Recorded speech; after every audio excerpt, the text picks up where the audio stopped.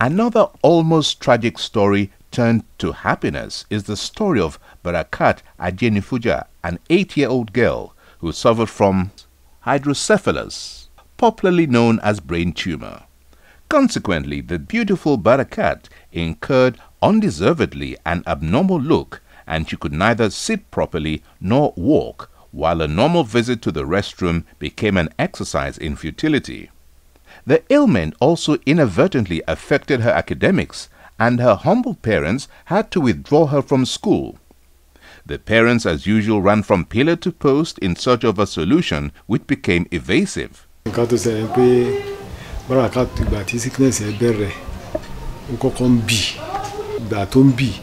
Later, ó padà yí sí pé bí kò fẹ́ tọ̀ kó má rí tọ̀ yẹn tọ̀.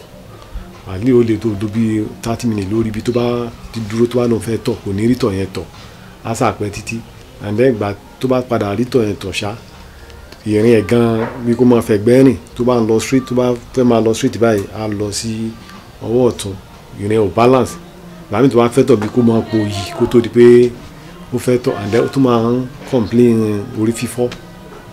During one of such fruitless searches for a permanent solution, Barakat's father was advised by a sympathizer to approach Leah Charity Foundation, who gave a helping hand and a shoulder to lean on in the times of need.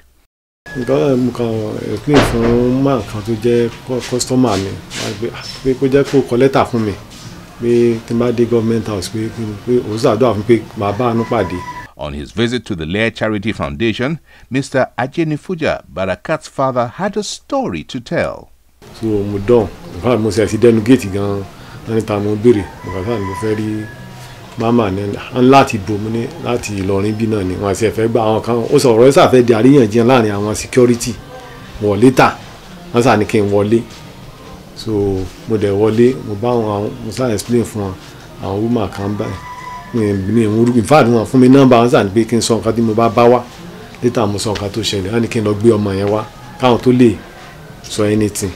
Mo ka jọ kan fún mi number nìkan so that tin bá dem gate kan má fi máa fún mi ní problem mo so bá bí mo wọ́n fún mi number yẹn mo dé bá tí mo padà wá tí mo wá gbé ọmọ yẹn nílé so mo dẹ̀ pé wọ́n lẹ́nu gate wọ́n ní kan allow mi kan jẹ́ kí n wọlé so ìgbà tí mo wọ ibẹ̀ wọ́n sá rí dìwé bí ọmọ yẹn ṣe ń ṣe wọ́n ní wọ́n ṣe ń bá ó ń sọ̀rọ̀ dára but tó bá jókòó kan ẹ rò pé bóyá kò ṣe nǹkan but tó bá rìn lẹ mọ̀ pé nǹkan ń ṣe and pẹ̀lú tọ̀ in fact bá ti débẹ̀ gan sọ pé òun fẹ́ tọ̀ lọ́jọ́ yẹn wọ́n ní láti dúró fún bí 30 minutes kó ó dé olóhùn orí tọ̀ yẹn tọ̀ later ó sì tún padà lọ ó sì wá rí tọ̀ wọ́n sáwọn òdìwé bó ṣe ń rìn. On their return, the foundation took charge and contacted the girl's doctor, who recommended immediate surgery. The surgery was conducted under the watchful eye of the caring Leah Charity Foundation, who footed the bills. When Barakat came, Barakat Ajenifuja is an 8-year-old girl. When she was brought in, the father said she had brain tumor. But when we saw the girl, it was a pitiable sight because she could not sit properly. I think maybe the side of where the tumor was in her brain, when she sits down, she keeps tilting to the front or to the side. And her hands and legs were beginning to twist in. So she could not walk properly and she could not gain her balance.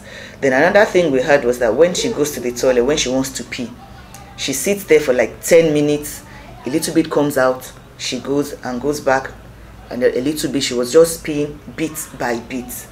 So when the father brought her, we were touched. We took her to UITH. She had some tests and they said the tumor had to be removed. Leah paid for the surgery, and to God be the glory, it was a success. And funny enough, Barakat is back in school and she's working properly. Barakat, ore, láàrẹ̀ tó jẹ́ pé kò ní kó má sọ̀rọ̀. Tí ó lè tí téèyàn kàn lè fi mọ̀ pé rẹ̀ tó bá dìde tó bá lóhùn fẹ́ rìn èèyàn mọ̀ pé aṣọ rẹ̀ ọmọ yìí. So láti ìgbà náà àwọn òbí ẹ̀ ti ń sá káàkiri àti gbogbo wa yìí náà lóríṣiríṣi ìyànjú tí a mọ̀ ní àti gbà. Máa dúpẹ́ lọ́dọ̀ Ọlọ́run tí Ọlọ́run ní kí ara rẹ̀ yá báyìí pẹ̀lú ìrànlọ́wọ́ àwọn ìjọba. The letter the father brought said brain tumor. In the hospital, they said hydrocephalus. That is maybe water lodging somewhere in her head. So she had this funny look and her head was a little bit big. But after the surgery, she's okay. But not this operation, in fact, no, could have complained orí fífọ́. All glory be to God Almighty. Today, Barakat Ajenifuja is strong, healthy, and now back in school. Ilé-ìwé ẹ̀ tó stop tẹ́lẹ̀ ńgbà tó rẹ̀, ó ti bẹ̀rẹ̀ ilé-ìwé yẹn padà ńsìn. So, dúpẹ́ lọ́dọ̀ Ọlọ́run ìyàtọ̀ ti dé. Even ilé kéwú náà tó ń lọ tẹ́lẹ̀ náà, bàtà rẹ̀ ti dé tó ti stop, ó ti bẹ̀rẹ̀ ilé kéwú náà padà. Àwọn tó mọ̀ tẹ́lẹ̀ gan-an tán bá ti ń wọ ní alhamdulillah pé in fact Ọlọ́run ṣe lórí ọmọ yìí pé ààrẹ ti wà okay. The experiences must have been harrowing to the parents of the innocent Oluwatoyin and the budding Barakat. But today they have a sweet song to sing, courtesy Leah Charity Foundation's unending milk of kindness, love and concern.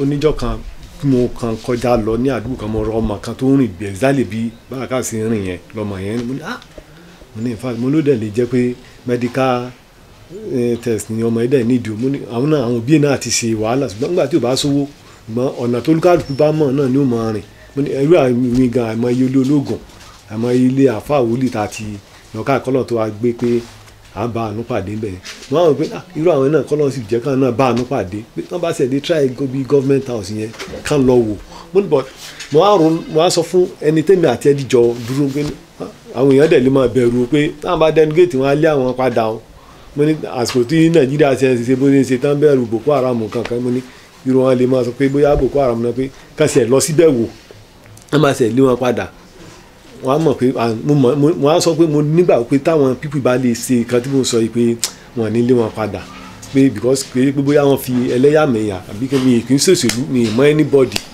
so mi ò kì í sọ ọmọ lọrin táwọn àgbẹ̀ bóyá mo bá láti lè mọ́gàjì kan àbí ibì kan náà fi náà sọ wọ́n fún mi lẹ́tà lọ sí government house. You don't have to know anybody before Leah assist you. It's a non-governmental organization. The only thing we have with the government is that our founding trustee is married to the governor. She's been doing this work underground before she became the first lady, like I always say. But being a first lady just brought her out and gave her a level playing ground to operate more. And if you ask anybody, if you walk into the Leah office, we don't ask you what party did you vote for, what religion do you practice. We don't care. What we are here for is to touch lives positively. And I believe you're doing that. We don't want to know what party you voted for, or if you're a Christian or a Muslim. As long as you're a person, you need assistance, and we are ready to render the assistance. There is no doubt that Leah Charity Foundation has taken upon itself a rather horrendous task of attending to the needs of the downtrodden and needy, waiting in angst to attend to your needs and desires.